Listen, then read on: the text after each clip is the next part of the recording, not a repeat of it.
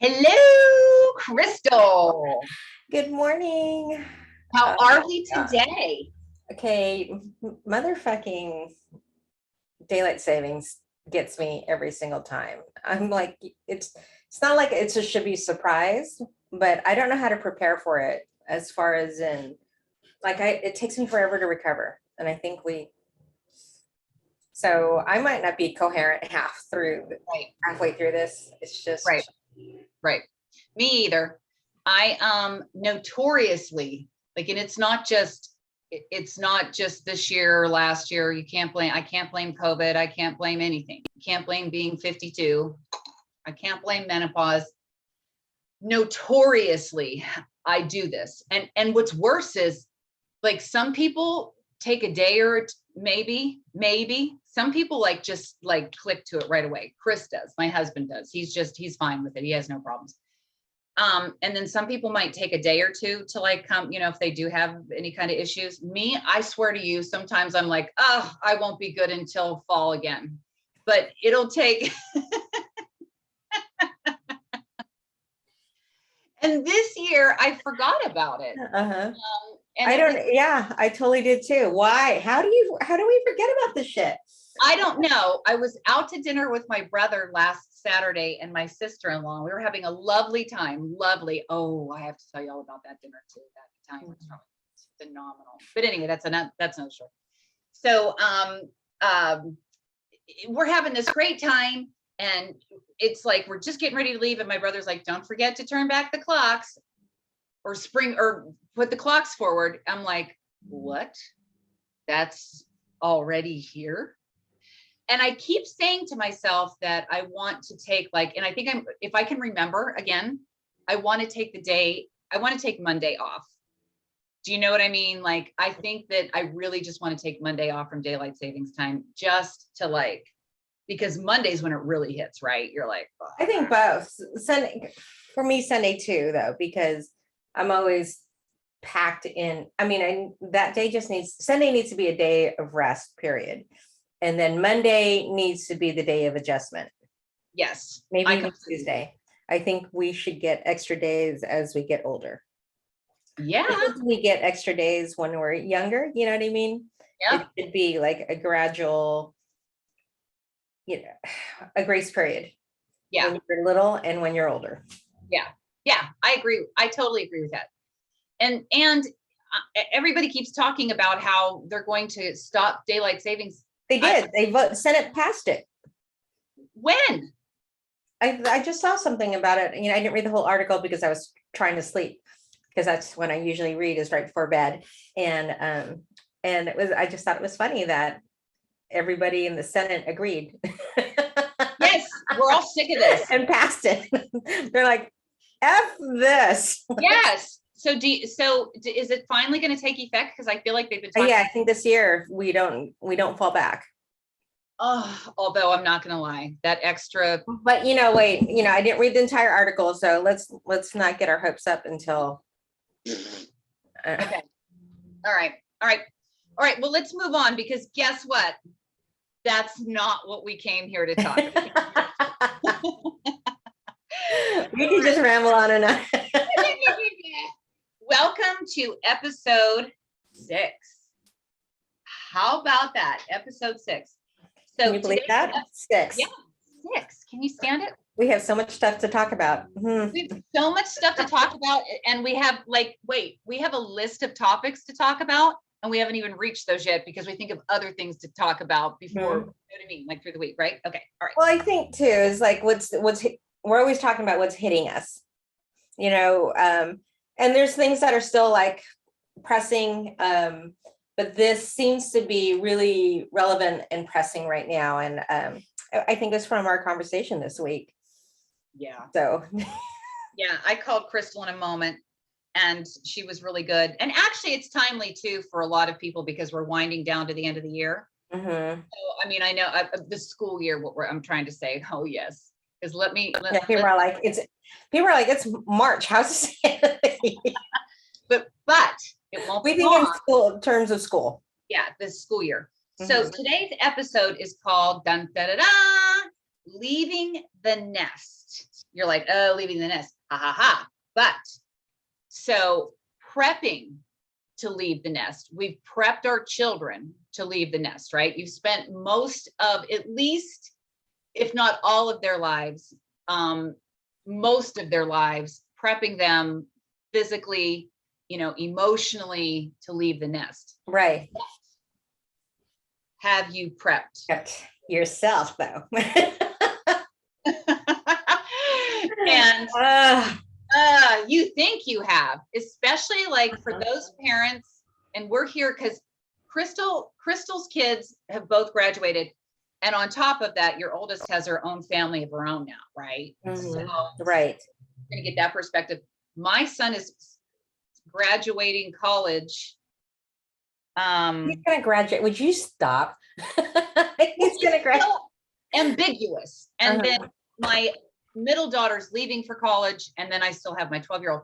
So I'm really in, like, we're going to give you our perspectives on everything, on how that changes and how that shifts, right? Yes, definitely. Right. And Christel helped me out this week because leaving the nest in the first place is a whole other thing when they finally leave, right? Pardon me.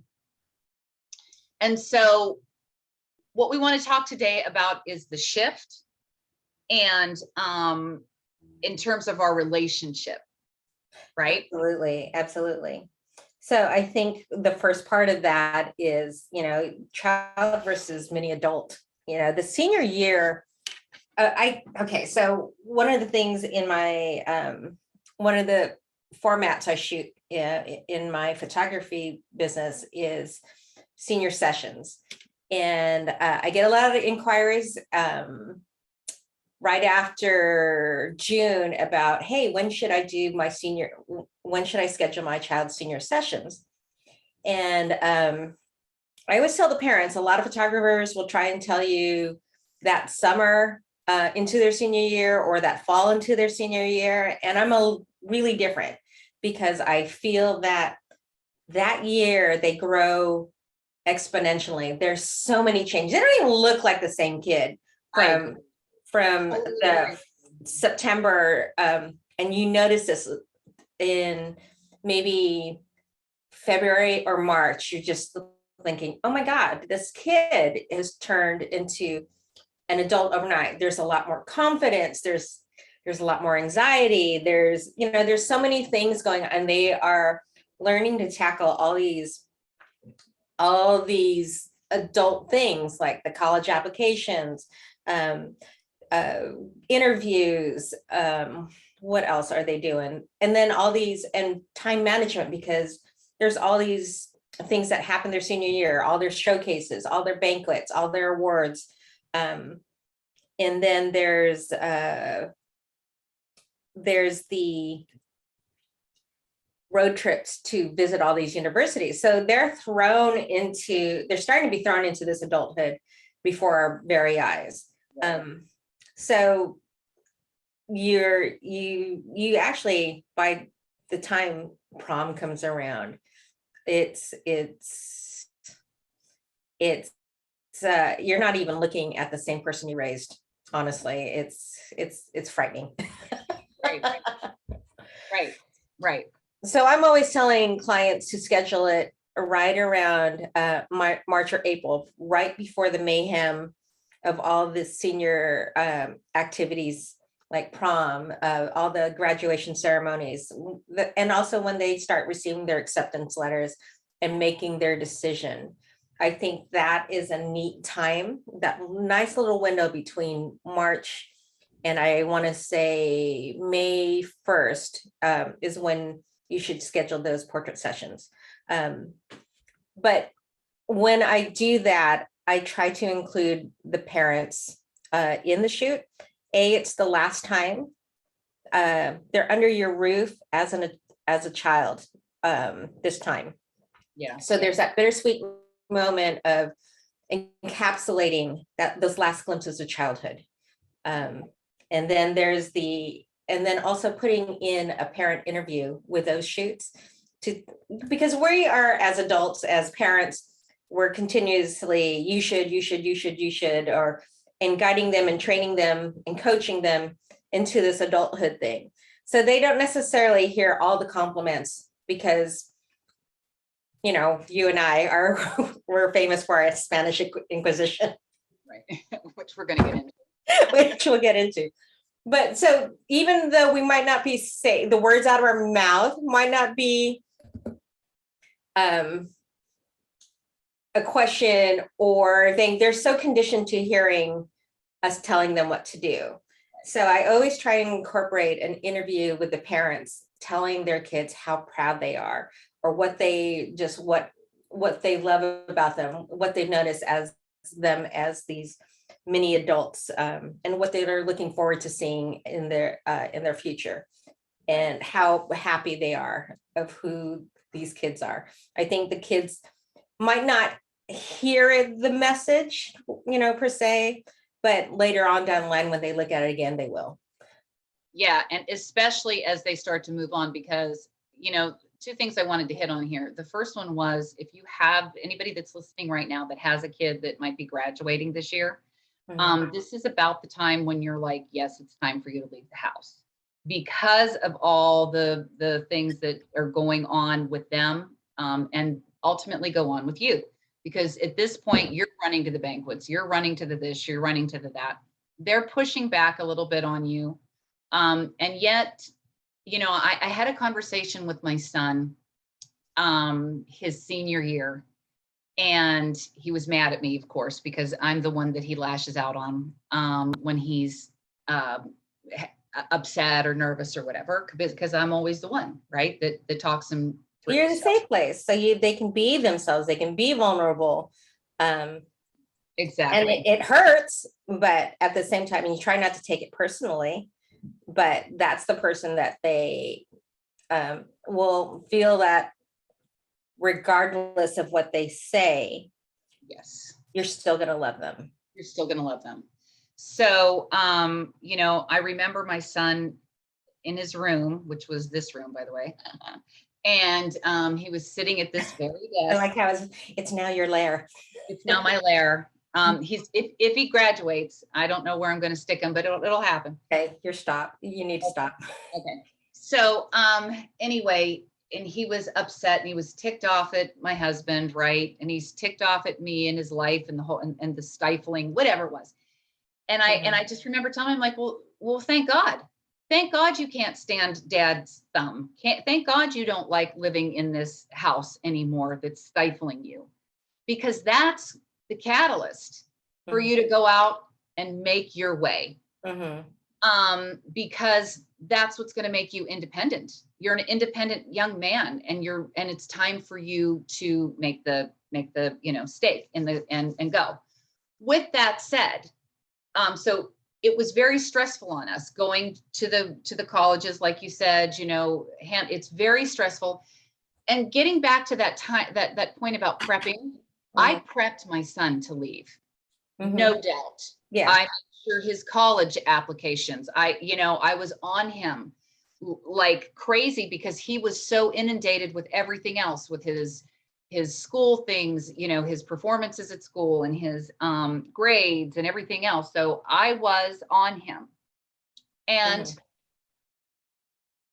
I was so busy running from one thing to another with him, and proud of all, right? Just like you said, that when he graduated, I wasn't really ready myself, because I was so busy getting him ready. That when he left my house, first of all, it was traumatic for me. It really was. And everybody would be surprised to hear that, because I have 3 of them and, you know, everything, but well, maybe they wouldn't matter. Doesn't matter how many kids you have left. Yeah. You know, and then well, weren't you glad? No, he didn't go that far. It doesn't matter. It doesn't matter if they go a plane ride, a car ride, or 5 minutes down the street. This is the shift. You know it's coming. They are no longer that kid in your house anymore. They're turning into these adults. And I knew that. And I knew it wasn't about geography. It was about, you know, emotional. So I cried and cried and cried. My daughters came in his room, like paged, like it was just a thing. But now here we are. And we want to talk about the shift in the relationship, because how do you parent a kid who's got 1 foot in the house still, 1 foot out into the world? And Christel shows a unique perspective on it as well, because like I said, her daughter has started her own little family unit now.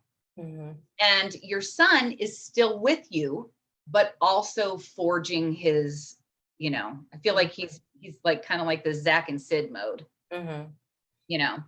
And then how do you make that change? So let me just start by saying that I talked to my son earlier this week, and he's stressed out, all get out, right? And because it's the end, he's got senior showcases, and he has papers and classes and roommate issues, and and if you look back to it when you were younger, so did we. And we had a situation where I called my son, and I'm very worried for him, just like most parents are anyway in general, but with the pandemic and everything else that's gone down, these kids are really going through a lot. Okay.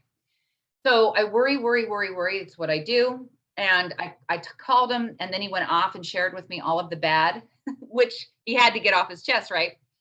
Well, he hangs up, right? And I'm left with this, this overpowering feeling like oh my God, he's a mess. I gotta fix it. So I call him, the next day, and he's over it, right? And I'm like, I was thinking about what you said, and did you do this, and did you do that, and what happened? And then he just like lays into me, right? And now I'm mad, my feelings are hurt and everything else, and I still think he's gonna die or worse, who knows? And anyway, so I called Christel, and Christel's like, okay, let's be logical and think this through. Let's take it down to level 2. Because for me, anytime there's a body floating in the river that's reported on television, the news is like, found another male body. I knew it. It's dead. I'm like, there's no like level 4 or 5 with you. It's either 1 or it's 10. Dead. He's dead. And face down in a ditch. So anyway, and then, but like Christel said, well, let's think it through, blah, blah, blah, blah, blah. So, logically. Mm-hmm. And when we had that discussion about, well, what do you really think that this could possibly be the case? Think about all of the other factors involved. And he is venting. He's venting on you because of all the stress and everything else. So the question then is, and Christel said to me, which is very true, when we ask them questions like that, I wasn't trying to beat him up, right? I wasn't trying to make him feel bad about himself. I wasn't trying to do any of that. I was trying to get down to the bottom of it so that I could fix it or help him. When we ask questions, we are trying to envision the scene. We're trying to read between the lines. We're trying to understand what their part in the situation might be. What was the other person's reaction? So we're trying to look at this as an objective person when we're asking all these questions. We're trying to read the room. Right. What they feel and what they hear is, the Spanish, the barrage of questions is just like the Spanish Inquisition. Yeah. Yeah.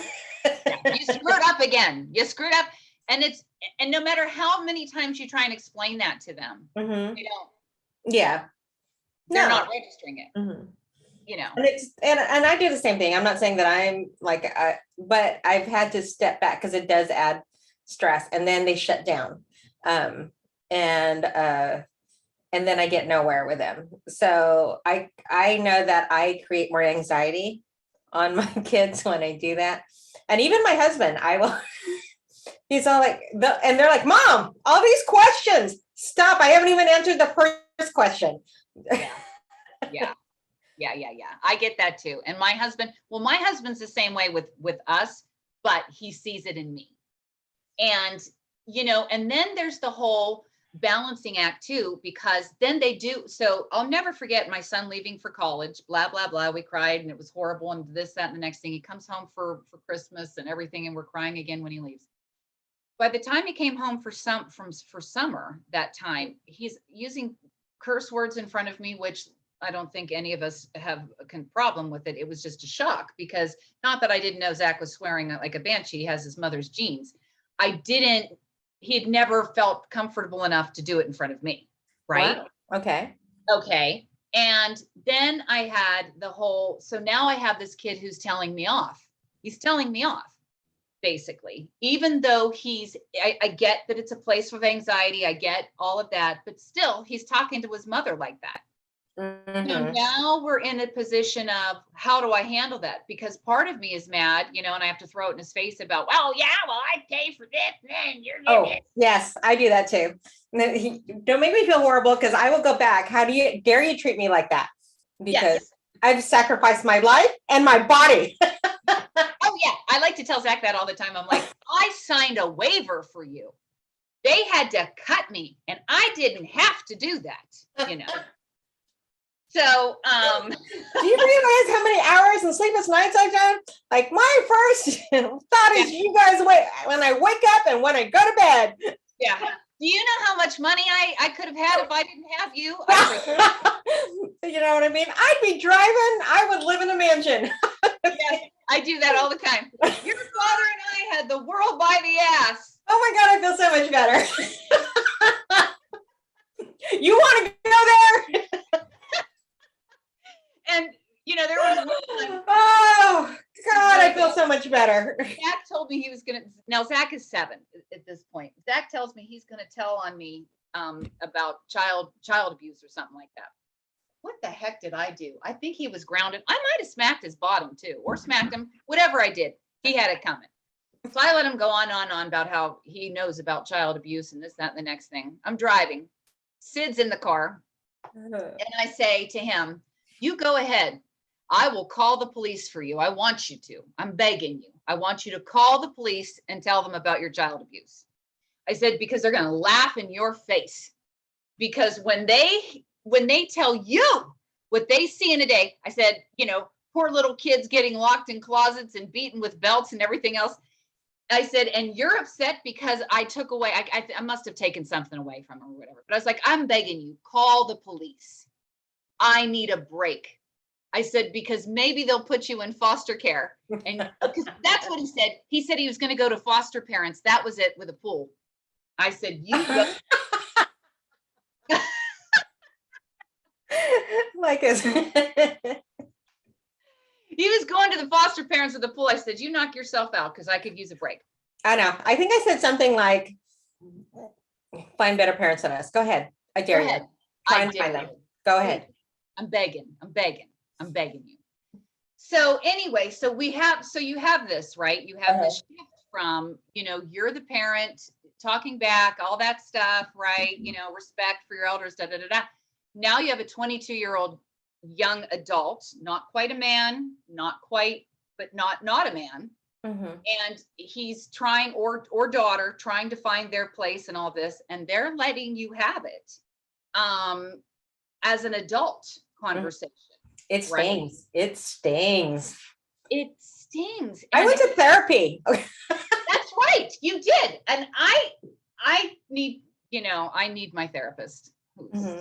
I need another therapist to kind of work things through. Yeah. For me, I think it was it. And again, they're still lashing out, but again, in their safe place. But, it doesn't diminish that you can't always have this heart of stone. You know what I mean? It's not fair. And so I actually went to therapy for it, because I kept questioning how I raised my kids, and, all this, and I felt all this, and it's not even, my husband likes to say it's not sacrifice. It's just what you do as a parent. And I agree to some extent. There's that. And then there's level 10.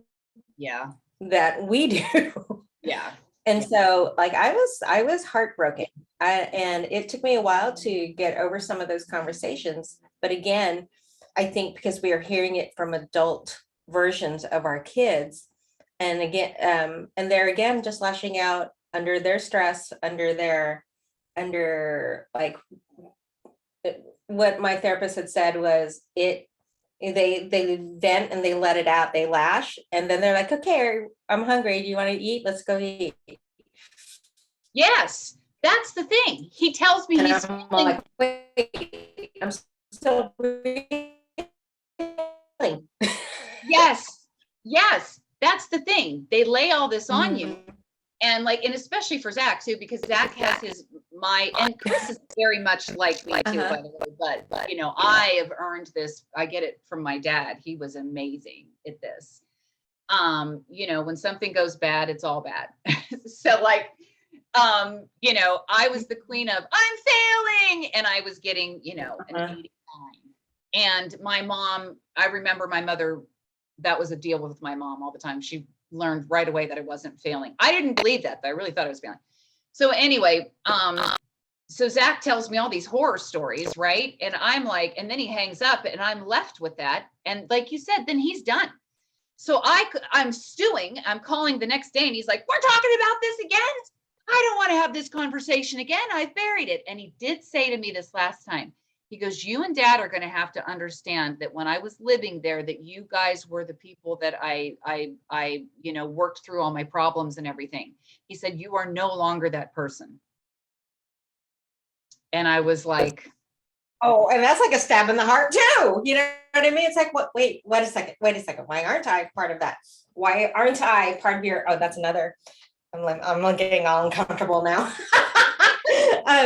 But that's true. That is like another stab in the heart, but that's another shift, is not being or learning to accept that they're not part of their everyday lives or part of their problems. We're not getting all teary now. I'm going to cry too. We said But that. Go ahead. no, No, it's I just mean, that was it. It was like learning that whole process. of letting, But because it's not quite letting go. It's not quite letting go. You can't, and I fight with that, by the way. I fight with, it's not letting go. it's easing up. Right? Easing up or playing a different role. Yeah, I It's think it's more both. playing a different role, or both. And Yeah, because well, I was going to say that because go it ahead. happens at the same time. So it's not like there's a clear break. Okay, this is the line. Now we go into this mode. Like, remember when they were toddlers? Yeah, there's no line. There's no line. It's happening like very fluid. They're pushing their back, they're this, you know, so it's, and somehow you've got to navigate through that and find the person, the role you're supposed to be, and not panic, by the way.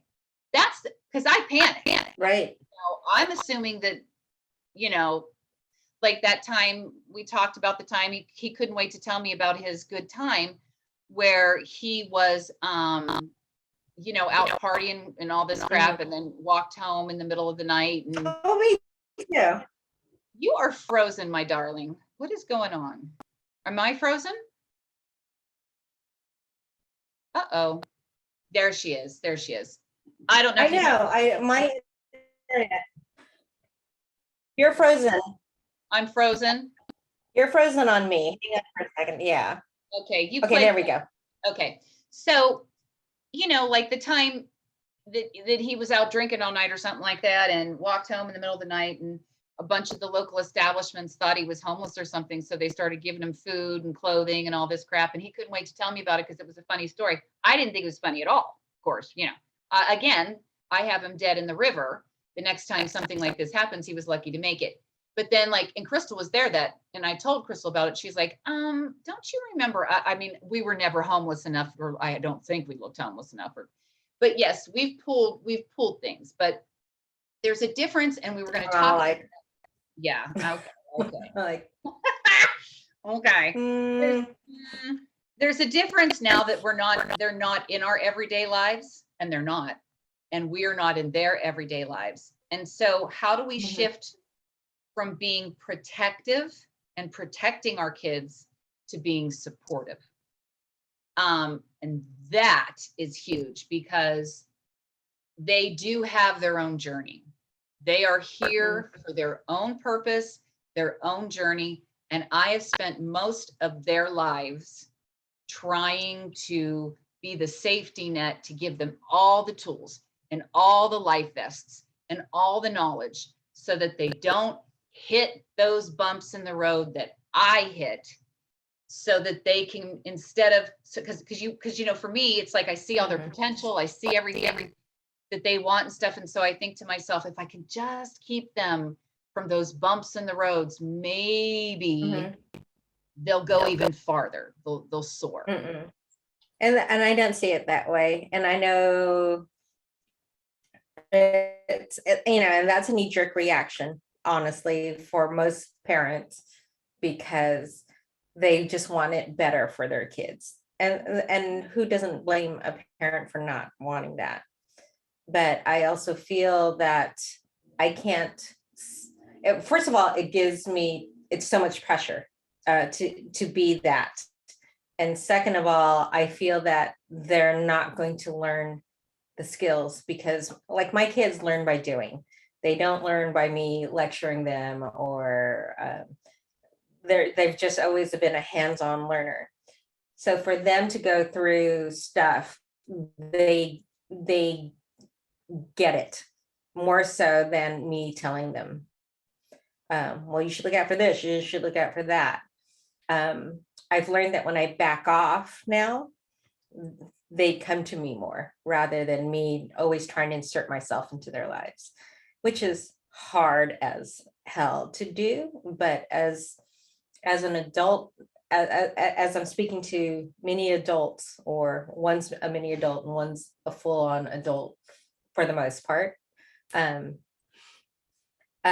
find that our relationship is returning, because they had to go away, and I had to back off for them to, for us to appreciate each other, and also to respect our roles. I think now they're starting to see some of the decisions we had to make, because they've been out in the world and have had to make those decisions themselves. And not necessarily, I'm like, okay, you're done and this is it. But knowing that they can come to us, but knowing also that I can't fix it. Yeah. See, that's big, because I'm trying to learn that, right? And I kind of still have that, but when this happens, I will, once he gets out of school. Yeah. You know, that kind of crap. And it's probably, I mean, again, I still feel like I got one foot in and one foot out, but you're absolutely right. Yeah. And you did, you know, because when they're in college, they are they're not necessarily on their own. They're living unsupervised, but not completely on their own, because, you know, they're still on mom and dad's dime. Well, that's the thing. And they are completely unsupervised. And you just yourself, like making doctor's appointments, that's something that drives me crazy. You know, we've taught them right from wrong. And that's something that another friend of mine said. Because I said, you know, they're a reflection of us. And he said, no, they're not. He said, I've taught my kids right from wrong. You've taught your kids right from wrong, and you know it. He said, so they have to go out and forge their way through. And when they screw up, they screw up. That doesn't mean it's our fault. It just means it's what they need to do. But the other thing on that, yeah, I mean, it's really true. But there was another thing I wanted to say. And it isn't, because I mean, how many times have you, like, reflection of you as a parent and their upbringing? We do it all the time. We look at other families and we'll be like, well, you know, the parent should have been, you know, judging us would be, you know, their mom didn't work or worked, or their mom wasn't hands-on, or something of that sort. And I hope it doesn't go back to that their mom breastfed and didn't, or their, You know what though? I don't think it goes back that far. You know what though? I hope it doesn't go back that far. I don't think it does. Does it? Do women think that? I mean, I haven't had any conversations with them. I've had them. So if you're a new mom, I hope that you realize whether you breastfed or not, these are not decisions that affect way down the line in college or even in high school. It has nothing to do with being breastfed or These are things though that I heard when I was formula fed. Yeah, but these were things that I heard when my kids were little, like, oh, well, you know, breastfeeding your baby, breastfed babies are smarter, breastfed babies are healthier. And so I did hear stuff like that, you know, like, did you, in fact, when my daughter got a stomach bug really bad, Sydney, pardon me, and they said, well, are you breastfeeding? Because breastfed babies never get this. And in fact, I was breastfeeding, so don't start with me, but yes, that's exactly right. But I don't think, what I'm saying is they don't, like when you're looking at families with teenage kids, you don't think, oh, that kid wasn't breastfed. You don't trace it back that far. Yeah, you do. You go, oh, that kid was breastfed till he was 10. We're frozen again. She didn't cut the cord. It's always us. It's always us. No one blames the father. So you're either overprotective or you didn't do enough. I mean, it just is what it is. It's always going to have to be that way. But at the end of the day,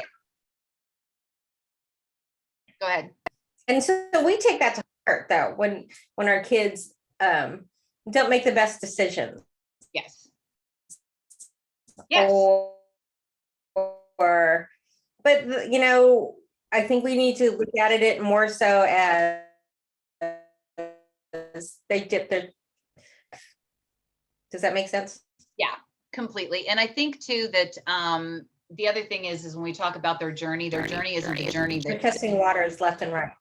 Exactly. And their journey isn't the journey that we envision. Yes, exactly.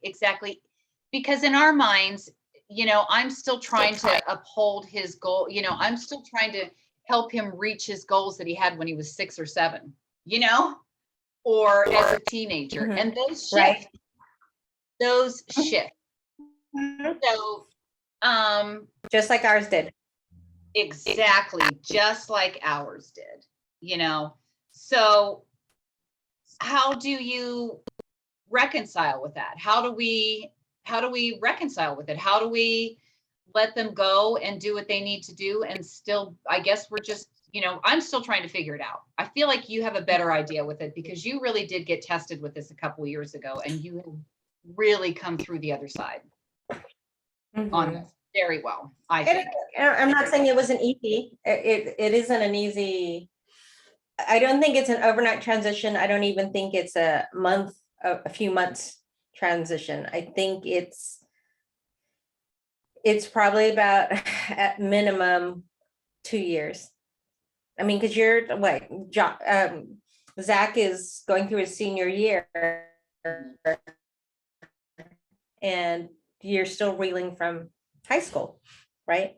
Yeah. I mean, not as much, but you know, and mine was even more accelerated because my daughter became a mother and started her own family. I think for me was having to learning how to be a spectator in my child's life. Yes. And that alone is painful because these kids have been the center of your focus, your goals, your dreams for the last 20 something years. Yeah. These are they're your first waking moment. They are your last thought before you go to bed, more so than your spouse. Oh yeah. And they say it's not supposed to be that way, but it is. Which, you know, and then you have to, it is. and I had the perfect storm going. I had menopause going on at that same time. I had a career change going on at that same time. So I was a catalyst of a meltdown. All things turned into a meltdown for me, where it was perfectly timed with the Right. pandemic. Right. So um, I felt that everything was happening so fast that I didn't even have time to adjust. And so I went back to therapy, and I had been to a therapist since my sister had passed away back when I was in my early 20s. So to go back, oh wait, no, I take that back. And then my husband and I went to therapy before we got married, just to make sure we were right for each other. Right. And then now therapy for just adjusting to all the changes that were going on in my life. So I think for me, what helped was starting to work on me, was working through some of these emotions, because it really wasn't, I was laying a lot of it onto my kids to for the answers, and for them to fix it for me, because I felt like I was spiraling out of control everywhere in my life. And they were too young to even understand it. They're in a different place to understand it, and they just want to be independent, and I think back to how I was, and how I'm sure how you were in your 20s. Your Right. parents weren't the forefront of your mind or your thoughts. Your focus was paying rent, getting the next exam through the Right. next exam, Friday night plans, Right. getting the right shifts. Those were the thoughts on your mind. It was not about your parents. And so again, learning all of those things had to come from me. Not even my spouse even understood what I was going through. So yeah, that was a year, and I was lucky because, even though the pandemic hit and changed a lot of things, it again forced me to slow down so I can address them. I don't think I would have got help if I was in the same working at the same speed that I was, if that makes sense. Because I Totally. was working full time. Huh? It Totally makes sense. completely. Yeah, I was working full time, opening my studio. I was, and then just dealing with all the changes. So yeah, I wouldn't have addressed it with me. I probably would have had a crazy, probably emotional breakdown far, instead of just this silent, quiet one where I had to reflect. So again, that was right around when we started the midlife group. Right. Right. Uh-huh. Right. I think and I think the timing of you and I getting some time to really, and then that was your trip out to California, Right. and where we really got to have some time and just talk. I think we slowed down. We were learning to slow down, because whenever you would come out to California, it was like this whirlwind of things that we had to do. Let's go wine tasting. Let's go shopping. Blah, blah, blah. But this was like a slow Right. down. We walked on the beach. We did like a 4-hour walk. Remember, we were sunburned. Yeah, we were sunburned. We were sunburned. And because we just kept talking and talking and talking and talking, because you're absolutely right. And it wasn't long after that though, when you really got hit with with it. Do you know what I mean? With having to make that, to step back and let them be and let them go. And that's really where I am, and I'm learning. I'm learning to do it. It's hard.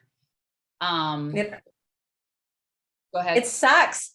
I mean, I'm like, it is very painful to not know, to not be in their everyday lives, and learning how to do that it's normal. And there's joy in it, because you do find your own strengths again. You start to return to yourself, and you start to appreciate what this journey of motherhood has created for you, like strengths that you never had, patience that you never thought you would have, the drive and will to make something happen, because you were able to do that with your kids, and now you're able to do it actually for yourself. So I think you just answered the question then, isn't it? How do you prep? Did I?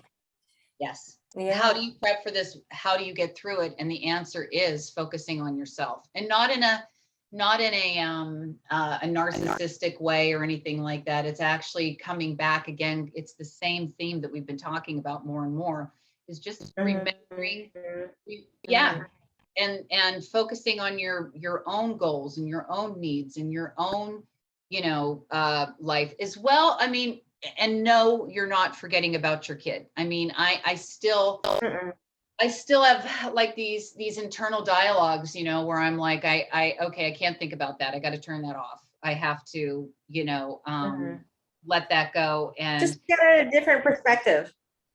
Yeah. And even Chris has said that me being involved, me starting Built and getting Built and all and everything that I've been doing has been better for the kids, because my focus is I'm not hyper focused on their well-being, and it gives them freedom to breathe, Uh-huh. And I think, I don't know how it is with mothers and daughters, because I'm going to find that out next. Right now we're still sharing clothes and makeup. Like we were upstairs today getting dressed. Where's this? Where's that? Try that. Go in my closet. We're there. But she leaves next year, so we'll find out. With my son, and I hate to say it, there's a thing with mothers and sons, and I just think it has to do with the fact that people are like, oh, mothers smother their son. Probably because I think as women we think differently than men, and so in general we just think their decisions are bad, right? Like I would never, 9 times out of 10, I'm not going to do it the way Zach's going to do it. I would and my son is very much like your kids, hands on. You can talk till you're blue in the face, but he has got to be in the storm. Yeah, he's not even gonna know he doesn't even just comprehend what you're saying until he's in the situation and he's like, okay, now I get what you're saying. He can't visualize or internalize it until he's in it. Right. And he's proud enough to where he doesn't want to come back and tell you you're right. It's like, you warn them and say this is going to happen, they still have to do it anyway, and it's probably still going to go down the way you said it's going to go down, which has happened here in the house. So I had this incident with my son. So I had a shoot, and it was last minute one, and it was a big what we call a commercial shoot, which means business. It's not a private client. This is going to be for an ad campaign, blah, blah, blah. So I had, I think, a week and a half to prep for it. So I had to pull models and so forth. And so I said, I asked my son, Evan, to be in it. And he said, okay. And okay, so my kids, they were fine with being in a lot of my shoots or warm-ups when I was learning photography when they were little. But as they grew, and I would always use them in my social media, right, they started like on the camera, but they were always in the limelight of it. Like my son would be working, and someone would come up to him and ask him a question, and he would look at them and like where do I know you from? Or do I know you? And why are you asking such a personal question? Yeah. And they're like, oh, sorry, I follow your mom on Instagram, or I follow your mom on Facebook. And so Evan had said, you need to stop. You need to stop putting us in these situations. And I'm like, why? Blah, blah, blah. That makes me relatable. But I got it. I respect started to respect their privacy. So this was huge that Evan even agreed to do the shoot. So for the look and feel, he and I went shopping for the wardrobe, and we went to a store and we didn't see anything we like, and he started to like get real like short with me, like and kind of like annoyed, and I'm thinking, oh great, this is going to be an awful shoot. So he decided and you know, my gut or knee-jerk reaction is to smother him more. You're like, why are you doing this? Blah blah blah blah blah. Yeah, me But too. I backed off. I don't know why. The will and the power to back off. He suggested we go to this other store, which wasn't a department store. It wasn't in the mall, and we are about to pull into the store, and he goes, "Hey, Mom, I'm sorry. I just get real anxious with stuff like this. It's not you. I'm not mad at you.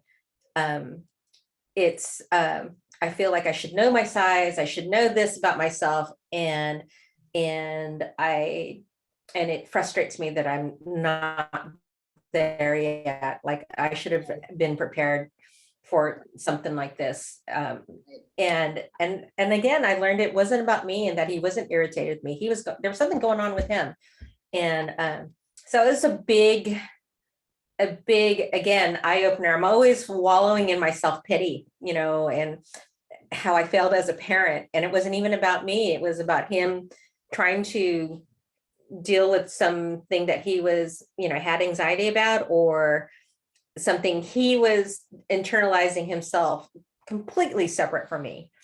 So then once he said that, I just said, you know, hey, thanks for telling me that. We went into this store, and it was more like a one-on-one kind of custom deal. And the gal waited on him, was just fantastic. And oh my God, and he looked amazing. He had we got him a couple of suits, and then the rest is history. He became in all these ads for the Super Bowl, and it was on like 44 billboards all over LA. But again, it was me taking myself out of the equation and allowing my kid to not, you know what I mean? It wasn't about me. It wasn't about me anymore. It's again, they're not even thinking about us. And that's not necessarily a bad thing. It's them learning to think and process as an adult. I completely agree. And I have to say about that, where you feel it's about you and how you failed in parenting. Okay. Mm-hmm. I do the same thing every single time. Every time. So exactly. So for me, it's about me as well, but it's not about me failing as a parent. Oh yeah, I guess it is. But it's not like I'm not it's not like I beat myself up about like, oh, I'm a bad parent. I screwed this up. It's more like I bad parented and now I have to go save him. And I think, and that's why I'm more reactionary. Okay. You know what I mean? Right. Where I feel like you internalize it, you take it personally, you know, you're like, and you may, clamp down even more, but it also keeps you more calm about it. Where me, I'm like, oh my God, I didn't prepare this person for that. I didn't prepare him for that. I didn't cover that in the textbook, you know. Right. What the hell? Right. Now I got to go save him because I screwed this up. And so my thing is, it's fear, of course. It's all grounded in fear. And so my thing is that I just have to keep reminding myself that I'm his support person and not his protector or his savior. And I'm hoping I've learned enough so that when my other daughter goes, it won't be so hard. Yeah, we're having if you are watching this and you're still with us at this point from all the internet issues, there you go. Are you in? Are you better? There. Yeah. Yes. Okay. Yeah, we're having all kinds of internet issues today. So what? You know why? All of my clients had issues this week with their internet, all of them. And I'll tell you why. What's going on? It's the time change. Mhm. The electric company doesn't want to be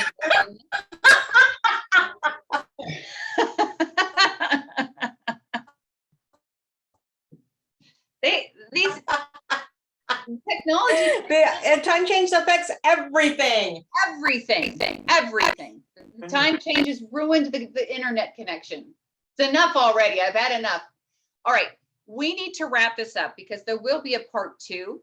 So the next time we chit chat, we want to talk about, so we talked about what it's, how the relationship shifts. But the next time we talk, we do want to talk about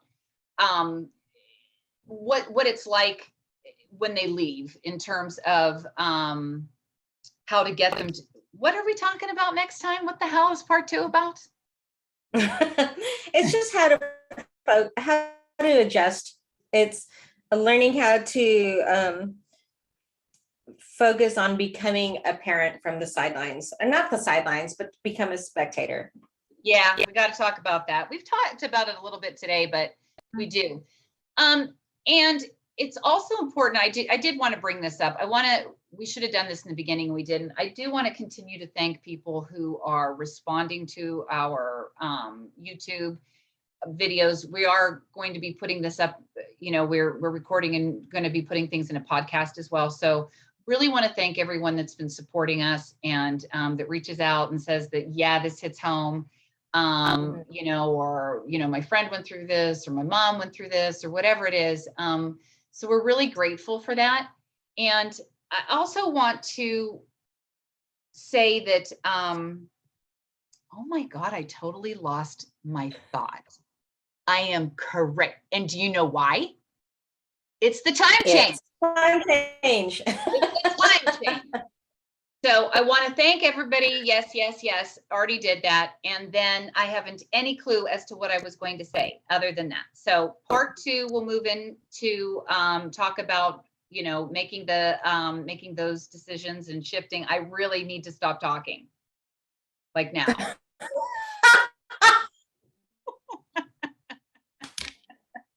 Just really need to hone it in. Both of us do, though. I mean, rein it in. And then if you're out there watching and you have something that is pressing and that you would like to talk about, please let us know. We would love to address it. It's probably as well, right? Yeah, I mean, and to give you an example, one of our midlife gals reached out to us, and we ended up having a long conversation between the 3 of us, and it was great. And it was being able to reach out and let her know that, yeah, we exactly went through the same thing. Yeah. And we went a little bit in depth more. It was the hormones, right? Was the hormone episode? Yeah. And she reached out to us, and we, that was like a conversation all day, a whole day long conversation. I mean, I was working, but I would chime in every once in a while. But I feel like the fact that we can make sure that you guys are not alone in some of this stuff, or even expand or elaborate on some of the conversations, is like why we do this. Yeah, because guaranteed, you may think that you're going through it, you're the only one. Guaranteed, there are people who feel exactly like you do. Oh, I know what the other thing was. Prevagen.